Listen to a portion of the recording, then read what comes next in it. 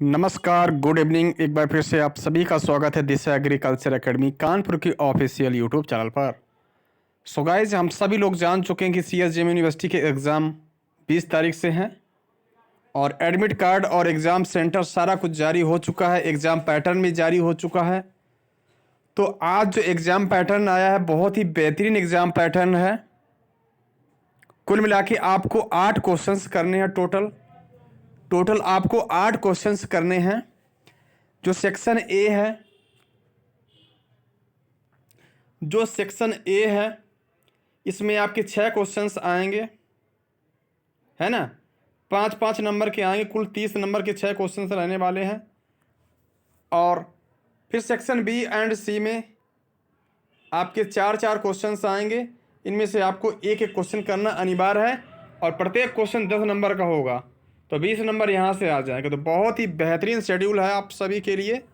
निश्चित आपको बहुत ही ज़्यादा फ़ायदा मिलेगी। तो आज से दिशा एग्रीकल्चर एकेडमी पर एग्ज़ाम पैटर्न के अकॉर्डिंग ओरिएंटेड क्लास आपको मिलेंगे यूट्यूब पर। तो आप सभी अपने दोस्तों को बता दीजिए कि दिशा एग्रीकल्चर एकेडमी पर बेहतरीन तरीके से क्लासेस स्टार्ट हो चुकी। तो आप सभी लोग भारी संख्या में क्लास को ज्वाइन किया करिए। आज की क्लास में हम रेनफेड एंड ड्राईलैंड एग्रीकल्चर यानी बीएससी एजी 5th सेमेस्टर की एक बहुत ही बेहतरीन और धमाकेदार क्लास लेके आ चुके हैं। और इससे पहले जो भी फ्रेंड चैनल को नए हैं, चैनल को सब्सक्राइब कर लीजिए, साथ ही साथ अपने दोस्तों को इस क्लास में शेयर करिए। क्योंकि विद्यार्थियों, 1st सेमेस्टर, 3rd सेमेस्टर और 5th सेमेस्टर ये क्लासेस जो हैं 3 सेमेस्टर की क्लास में जिस भी क्लास में विद्यार्थी ज़्यादा लाइव जुड़ेंगे जिस भी क्लास में, चाहे 1st में जुड़ें, चाहे 3rd में जुड़ें या फिर 5th में जुड़ें, तो उन्हीं के वीडियो ज़्यादा दिए जाएंगे। तो फैसला आप सभी के हाथ में है। आज 5वें सेमेस्टर की क्लास पढ़ रही है, इसको ज़्यादा से ज़्यादा शेयर करना। अच्छा रिजल्ट रहेगा तो हम डेली आपको इसी प्रकार की क्लासेस लेके आएंगे। तो आप सभी लोग वीडियो पर द एंड तक बने रहिए, पूरा वीडियो वॉच करिए। क्वेश्चंस 101% आपके एग्जाम में आएगा। कंटिन्यू करते हैं क्लास को। सो गाइज, हमारा क्वेश्चन है कि ड्राफ्ट यानी सूखा किसको कहेंगे। ड्राफ्ट यानी सूखा किसको बोलेंगे। काफ़ी अच्छा क्वेश्चन है कि जो ड्राफ्ट है या सूखा है, हिंदी में कहते हैं, इसको किसको आप बोलेंगे। तो इंडियन मेट्रोलॉजिकल डिपार्टमेंट कहाँ पे है भाई, पुणे में है। इसके द्वारा परिभाषा क्या दी गई ड्राफ्ट की। इंडियन मेट्रोलॉजिकल डिपार्टमेंट जो कि पुणे में है, इसके द्वारा जो है ड्राफ्ट यानी सूखा की परिभाषा दी गई। परिभाषा क्या है, जब किसी वर्ष किसी क्षेत्र में होने वाली सामान्य वार्षिक वर्षा का गाइस डेफिनेशन इसकी क्या रहने वाली है कि जब किसी वर्ष किसी क्षेत्र में होने वाली सामान्य वर्षा वार्षिक वर्षा का गाइस इसकी डेफिनेशन हम लोग समझ चुके हैं कि जब किसी वर्ष किसी क्षेत्र में होने वाली सामान्य वार्षिक वर्षा का 75% से कम वर्षा होती है तो ऐसे क्षेत्र को क्या बोलते हैं, ड्राफ्ट यानी शुष्क क्षेत्र यहाँ पे बोला जाता है इसको, ठीक है। तो जब किसी वर्ष किसी क्षेत्र में होने वाली सामान्य वार्षिक वर्षा का 75% से कम वर्षा होती है तो ऐसे क्षेत्र को क्या बोलते हैं, ड्राफ्ट। मान लीजिएगा कोई ये क्षेत्र है, कोई ये एरिया है और यहाँ पर जो सामान्य वर्षा होती है टोटल कितनी होती है भाई, 100% होती है। लेकिन यहाँ पे 100% वर्षा ना हो करके यहाँ पे वर्षा 75% कम होती है। कितने कम होती है, 75% यहाँ पे कम होती है। यानी यहाँ पे जो वर्षा होगी वो 25% ही वर्षा होगी। जो वर्षा होगी वो 25% ही वर्षा होगी। तो ऐसे स्थान को क्या बोलते हैं, ड्राफ्ट यानी सूखा वाले क्षेत्र बोलते हैं, ठीक है। किसी वर्ष में किसी क्षेत्र में होने वाली सामान्य वार्षिक वर्षा का 75% से कम वर्षा होती है। टोटल वर्षा, मान लो ऐसे एरिया है जहां पर टोटल वर्षा 100% होती है लेकिन वहां पे 75% वर्षा कम होती हो। टोटल वर्षा 100% होती है जहां भी होती है, लेकिन वहां पे अगर 75% सामान्य वार्षिक वर्षा जितनी भी होती है अगर 75% कम होती है तो इसका मतलब क्या हुआ कि केवल वर्षा वहां पे 25% ही हो रही है। इस बात को आप समझे कि नहीं। सामान्य वार्षिक वर्षा का 75% से कम, ऐसा स्थान जहां पे 100% वर्षा होती है लेकिन वहां पे 75% कम वर्षा हो, इसका मतलब वहां पे 25% वर्षा हो रही है, तो ऐसे स्थान को क्या बोलते हैं, ऐसे स्थान को ड्राफ्ट यानी सूखा वाले क्षेत्र यहाँ पे हम बोलते हैं।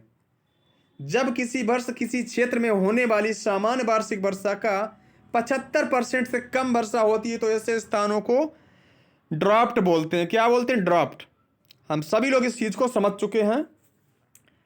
अब ये परिभाषा जो दी गई थी इंडियन मेट्रोलॉजिकल डिपार्टमेंट के द्वारा दी गई थी, यानी ये कोई एरिया है यहाँ पे 100% वर्षा होती है, लेकिन क्या है, जब किसी वर्ष किसी क्षेत्र में होने वाली सामान्य वार्षिक वर्षा का 75% से कम, वर्षा तो 100% होना चाहिए, लेकिन यहाँ पे क्या है, 75% वर्षा कम हुई है। इसका मतलब क्या है, जो वर्षा हुई है वो कितनी हुई है? 25% हुई है। और जहाँ पे वर्षा 25% होती है गाइस, तो उन इलाकों को सूखा वाला एरिया घोषित कर दिया जाता है, ड्राफ्ट एरिया उन्हें घोषित कर दिया जाता है। ये मानना है इंडियन मेट्रोलॉजिकल डिपार्टमेंट पुणे का।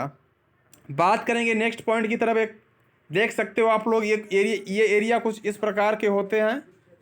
ये एरिया कुछ इस प्रकार के होते हैं। यहाँ की भूमियाँ शुष्क हो जाती हैं वर्षा के अभाव में, और प्लांट की ग्रोथ भी आप देख सकते हो, सॉइल में दरारें हैं। तो इस प्रकार के फीचर्स यहाँ पे दिखाई देते हैं। एक डेफिनेशन नंबर 2, ड्राफ्ट यानी सूखा की एक और परिभाषा, उस परिभाषा को हम लोग जानते हैं, ऐसे स्थान जहां पर सामान्य वर्षा में 25% की कमी होती है उन स्थानों को ड्राफ्ट कहते हैं। उन स्थानों को क्या बोलते हैं? सूखा कहते हैं।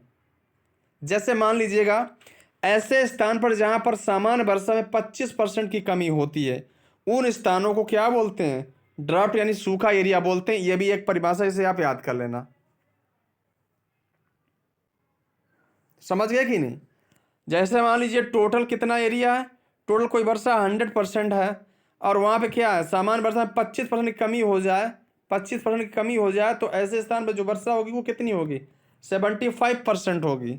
उसको क्या बोलते हैं? उसको बोलते हैं अपन लोग ड्राफ्ट। ऐसे स्थान जहाँ पर सामान्य वर्षा में 25% की कमी होती उन स्थानों को ड्राफ्ट कहते हैं।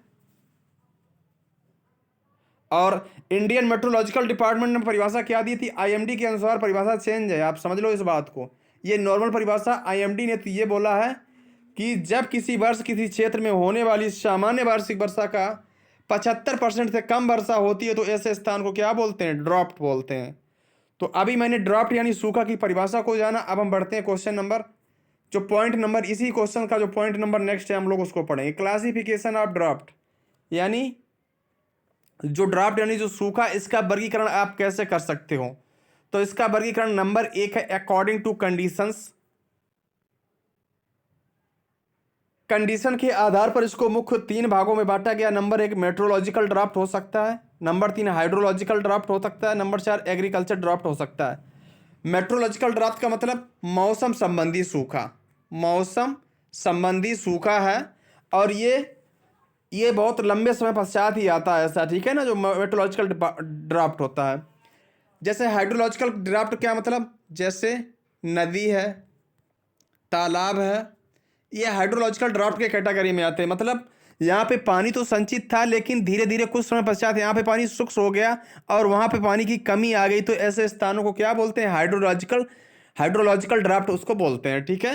एग्रीकल्चर ड्राफ्ट, जो हमारी कृषि फसलें हैं, मान लीजिएगा ये कोई पौधा है, ये कोई पौधा है और यहाँ पे पानी नहीं इसको मिला, इसको सिंचाई नहीं मिली, तो उसके अभाव में ये पौधा क्या है, ये पौधा सूखने लगता है। ये पौधा क्या करने लगता है?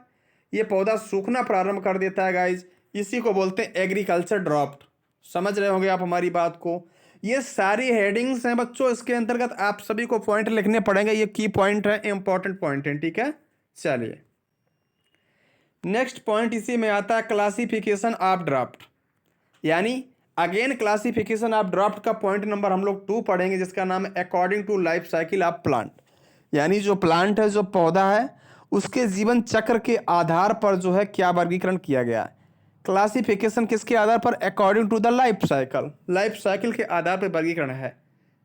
कोई पौधा है, फिर अगेन मुझे पौधा बनाना पड़ेगा। ये कोई पौधा है ना, ये कोई पौधा है और यहाँ पे अर्ली स्टेज ड्राफ्ट, और ये मान लीजिए पौधा 20 दिन का है। पौधा कितने दिन का है? 20 दिन का प्लांट है और इसको पानी नहीं मिला, पानी की कमी के कारण ये पौधा क्या है? सूखने लगेगा। तो अगेती सिम्टम्स जब प्लांट पे दिखाई देते हैं तो उसकी वृद्धि और विकास रुक जाती है और पौधे की बढ़वार रुक जाती है, पौधे की वृद्धि अधूरी है, तो इसको बोलते हैं अर्ली स्टेज ड्राफ्ट। ये मतलब जो सूखा है, ये शुरुआत में प्लांट की जब बिल्कुल प्लांट क्लियरिंग स्टेज पे होता है उस समय की ये बात होती है। और उस समय अगर पानी या शुष्क इलाका होता है तो पौधे मुरझाना स्टार्ट कर देते हैं, तो ये शुष्क की कैटेगरी में आएगा, तो इसको बोल देते हैं अर्ली। यही मान लीजिए 20 दिन में आया था, फिर ये आ जाए 45 दिन में, तो इसको क्या बोलते हैं? Mid season draft. अगर 45 दिन के आसपास में क्रॉप सूखने लगती तो उसको मिड सीजन ड्राफ्ट बोला जाएगा। और वो पकने के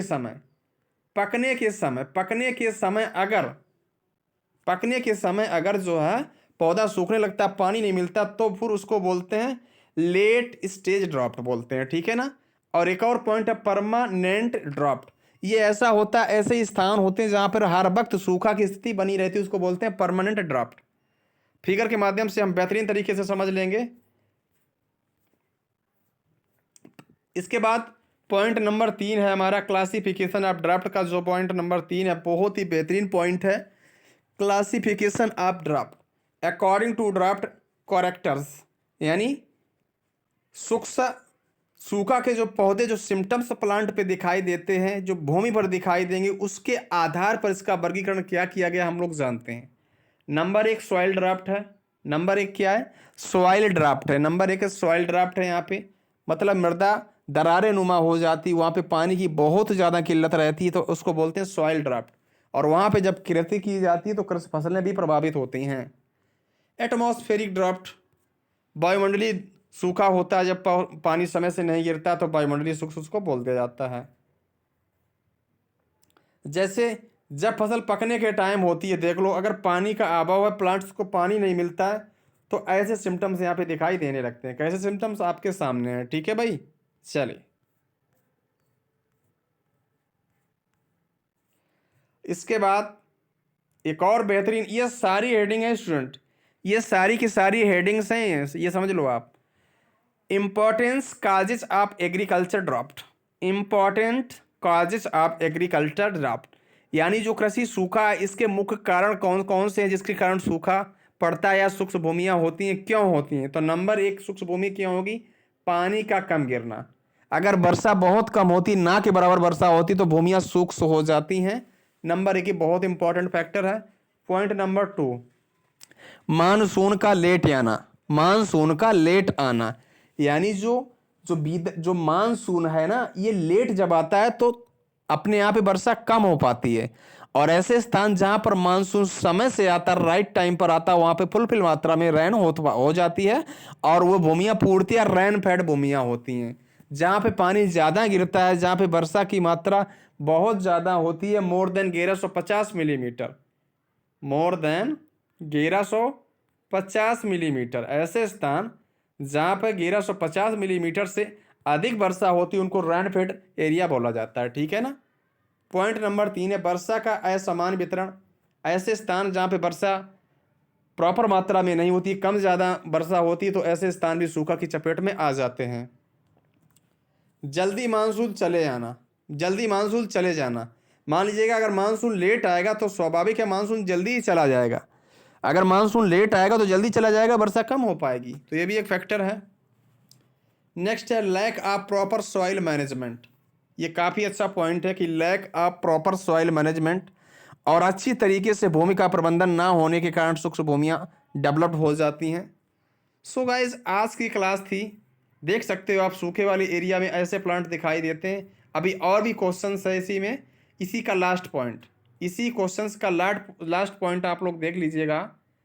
effects of draft on crop production, effects of draft on crop production, यानी जो क्रॉप प्रोडक्शन है इस पर सूखा का क्या प्रभाव पड़ेगा, यानी क्रॉप प्रोडक्शन पर ड्राफ्ट का क्या प्रभाव पड़ेगा। तो नंबर 1, जब सूखा रहेगा, जब शुष्क रहेगा, पानी नहीं होगा, भूमियों में नमी नहीं रहेगी, मॉइस्चर नहीं रहेगी, तो वहाँ पे जो फोटोसिंथेसिस होती, प्रकाश संश्लेषण की क्रिया प्रभावित होती, और पौधे जो है अपना भोजन नहीं बना पाते हैं, फलस्वरूप दाने बहुत छोटे छोटे विकसित होते हैं या कभी कभार दाने नहीं बनते।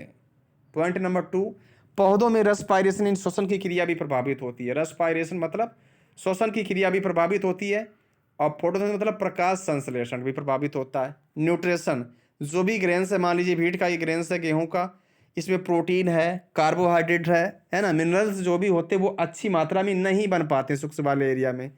मेटाबॉलिक जो प्लांट की एक्टिविटी होती वो भी प्रभावित होती हैं। और ऑब्वियसली अगर नमी नहीं रहेगी तो प्रॉपर मात्रा में क्या होता है, उपज पर प्रतिकूल प्रभाव पड़ेगा, उपज बहुत कम होती है शुष्क इलाके वाली भूमियों में। एंड ग्रोथ एंड डेवलपमेंट जो है प्लांट का वो भी रुक जाता है, ग्रोथ एंड डेवलपमेंट यानी पौधे का वृद्धि और विकास भी रुक जाता है। सो गाइस ये थी आज की क्लास। आई होप आपको यार वीडियो पसंद आई होगी, बेहतरीन क्वेश्चंस है। इस क्लास में आप सभी से रिक्वेस्ट है वीडियो को लाइक कर देना और क्लास कैसी लगी कमेंट करके ज़रूर बताना।